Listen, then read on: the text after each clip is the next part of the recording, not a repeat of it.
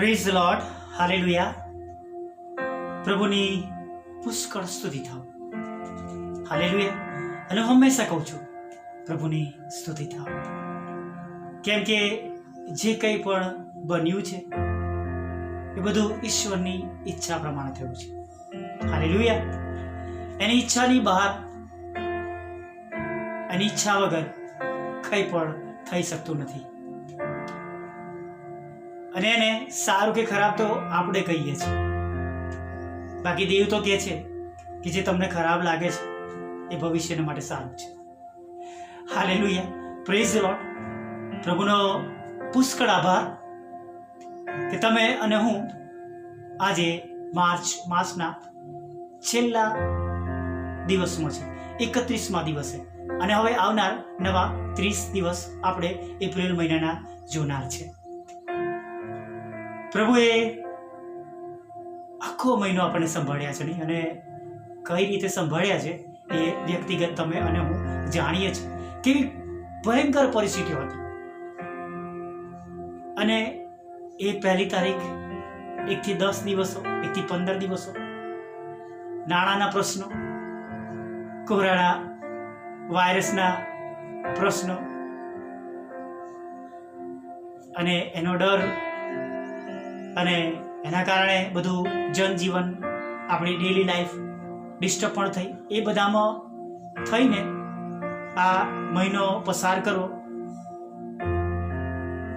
અંગત રીતે, વ્યક્તિગત રીતે આપણી માટે એક બહુ મોટી ચેલેન્જ હતી.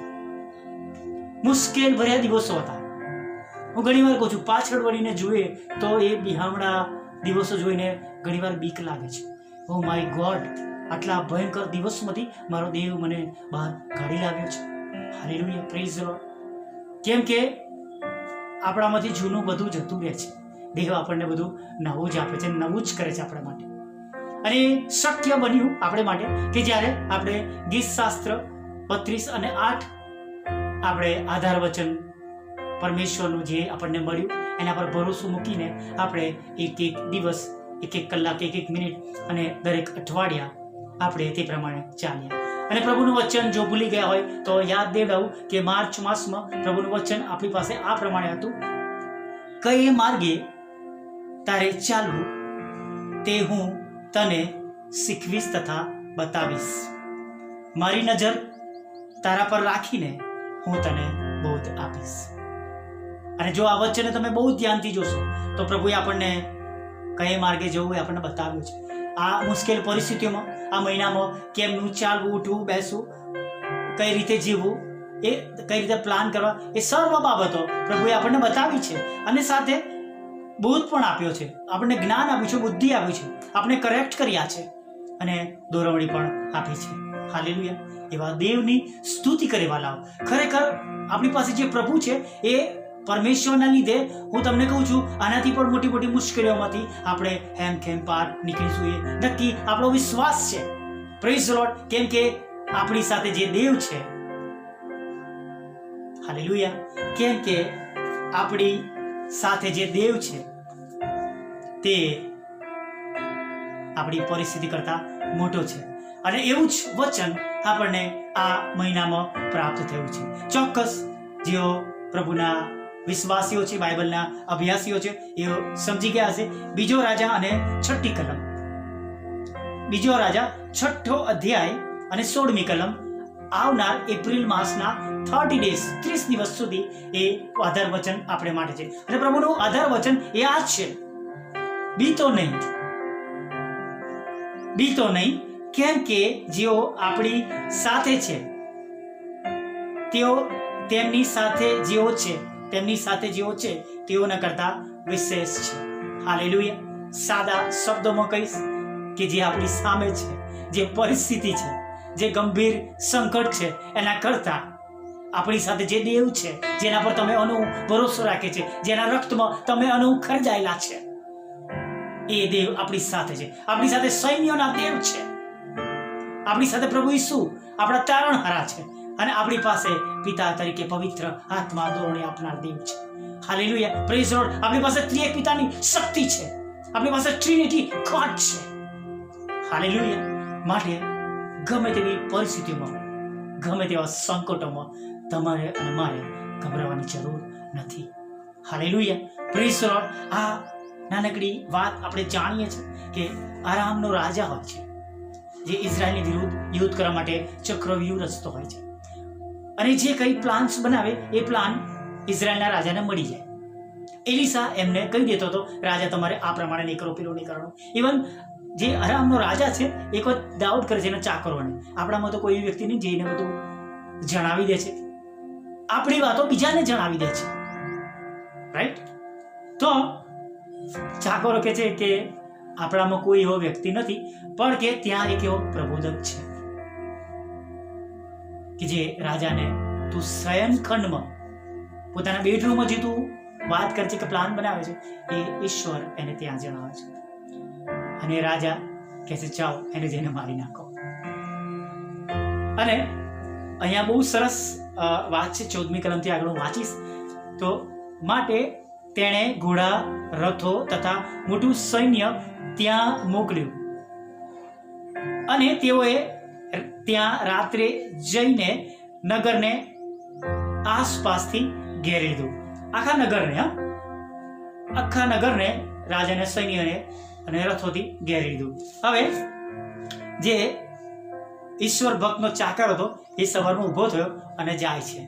ઈશ્વર ભક્તનો ચાકર વહેલો ઉઠીને બહાર ગયો તો જુઓ, સેનાએ ઘોડા તથા રથો સહિત નગરને ઘેરી લીધું હતું. આપણે પણ એ ચાકરની બધી પરિસ્થિતિઓ જોઈએ ને ત્યારે આપણે લોકો ગભરાઈ જઈએ છીએ, નહીં? અને પછી આજે ચાકર બોલે છે, ચાકરે એલિસાને કહ્યું, હાય હાય મારા શેઠ, આપણે શું કરીશું? હવે શું થશે? કોરોના વાયરસ છે, બિઝનેસ નથી, જોબ નથી, નાણાં નથી, ઘરમાં ફૂડ નથી.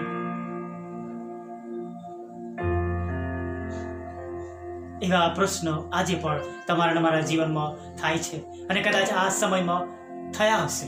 પણ હું કહું છું, એવા સમયમાં પણ આપણો દેવ આપણી સાથે છે. અને અહીંયા આગળ તેણે ઉત્તર આપ્યો, એટલે એલિસાએ ઉત્તર આપ્યો, બીતો નહીં, કેમ કે જેઓ આપણી સાથે છે તેમની સાથે જેઓ છે તેઓના કરતા વિશેષ છે.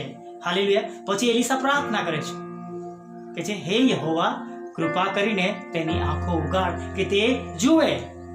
હાલેલુયા. ઘણી બધી વખત આપણે પ્રાર્થના કરવાની જરૂર છે આવી પરિસ્થિતિઓમાં, પણ આપણે તો પરિસ્થિતિઓ જોઈને દોડા દોડ, ભાગા ભાગ, અહીં તહીં ફલાણા ઢેકડે, અને આપણે લોકો પછી અનનેસેસરી સ્ટ્રેસ લઈને ઘણાને હાર્ટ એટેક આવી જાય, ઘણાને ચક્કર આવી જાય, ઘણા બેહોશ થઈ જાય, અને ઘણી બધી પ્રશ્નો અને ઘણી બધી બીમારીઓ આપણે વેલકમ કરી લઈએ છીએ. પણ અહીંયા એલિસા કહે છે, પ્રાર્થના કરે છે, અને યહોવા એની આંખો ખોલે છે. અને તેણે જોયું તો જુઓ, એલિસાની આસપાસ અગ્નિ ઘોડાઓથી તથા અગ્નિ રથોથી પર્વત ભરાઈ ગયો હતો. નગર એકલું નહીં, પણ પર્વત ભરેલો હતો આખો જ અગ્નિ ઘોડાથી. હાલેલુયા. ભલાઓ, મુશ્કેલી છે, એને ના કહી શકાય એમ નથી, પણ આ મુશ્કેલીઓમાં દેવ કહે છે, તું ગભરાઈશ નહીં, બીસ નહીં, કેમ કે જે મુશ્કેલીઓ તારી સામે છે, જે પરિસ્થિતિ તારી સામે છે, એનાથી મોટો હું તારો દેવ તારી સાથે છું. ડુ નોટ વરી, ગભરાવાની જરૂર નથી. હું તમને કહું છું, ગમે તે થઈ જાય, આનાથી મોટી મોટી મુશ્કેલીઓ પણ આપણે પસાર કરવી કેમ ના પડે, તો પણ આપણે હૃદયમાં ગભરાય નહીં, આપણે બીએ નહીં, કેમ કે આપણી સાથે જે દેવ છે એ દેવ આપણને એ બધી પરિસ્થિતિઓમાંથી બચાવી શકે છે.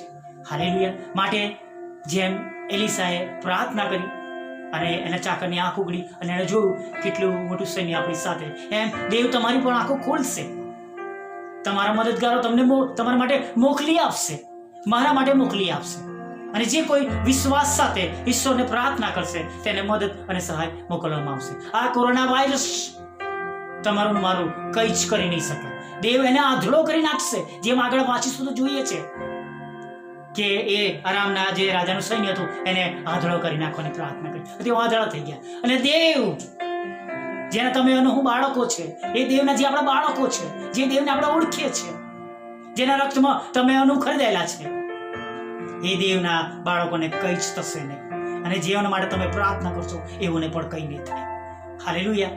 કેમ કે એવા દેવ આપણી સાથે છે. એ વાયરસ આંધળો થઈ જશે. જેમ મરણનો દૂત રાતે નીકળવાનો હતો અને આપણે જેમ લખવામાં આવ્યું છે કે ઈસુનું રક્ત લગાવવામાં, હલવાનું રક્ત લગાવવામાં આવ્યું અને રાત્રે કોઈ બહાર ના નીકળ્યું, તેઓ ઘરમાં રહ્યા. એમ આપણે પણ દેવની આજ્ઞા માનીને આપણે ચાલવાનું છે. દેશના વડાપ્રધાન, ભારત સરકારના જે નિયમો છે એના પાળવાના છે, ઘરમાં રહેવાનું છે અને પ્રભુનું વચન આપણે વાંચવાનું છે, એના પર ભરોસો કરવાનો છે. અને ચર્ચમાં જઈ નથી શકતા તો શું થયું? આજે હું કહીશ કે તમારા ઘરો એ પ્રભુ મંદિરમાં કન્વર્ટ થઈ ગયા છે, અને ના થયા તો કન્વર્ટ કરો. સવાર, સાત, બપોર રોજ પ્રાર્થના કરો, ગીતો ગાઓ અને પ્રભુમાં આનંદ કરો. કેમ કે એ દેવ તમારા શરીરરૂપી મંદિરમાં રહેવા માંગે છે. દેવ કે છે હું હાથે બનાવેલા મંદિરમાં રહેતો નથી. એ દેવ કે છે જ્યાં મારા નામે 2 કે 3 જણ ભેગા થયા હશે ત્યાં હું તેઓની વચમાં હોઈશ. દેવ કોઈ બિલ્ડિંગમાં નથી. હાલેલુયા. પણ એ તો આ બોડી રૂપી બિલ્ડિંગમાં રહેવા માંગે છે. માટે વાલાઓ, ગભરાઈએ નહીં, વિશ્વાસથી આપણે આ પરિસ્થિતિમાં ચાલીએ. સમયની પાબંદી છે એટલે નાનકડું આ વચનને હું પૂરું કરીશ. પણ જે આપણને પ્રભુએ કલમ આપી છે, જે આધાર વચન આપ્યું છે, એ 2 રાજા 6 અધ્યાય અને 16મી કલમ, બીતો નહીં, ડુ નોટ ફિયર, જે આપણી સાથે છે.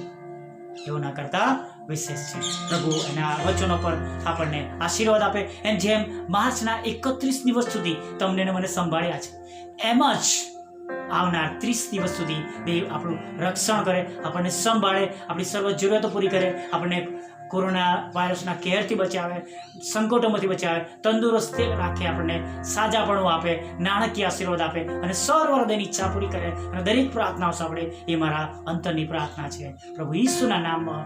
આમીન, આમીન.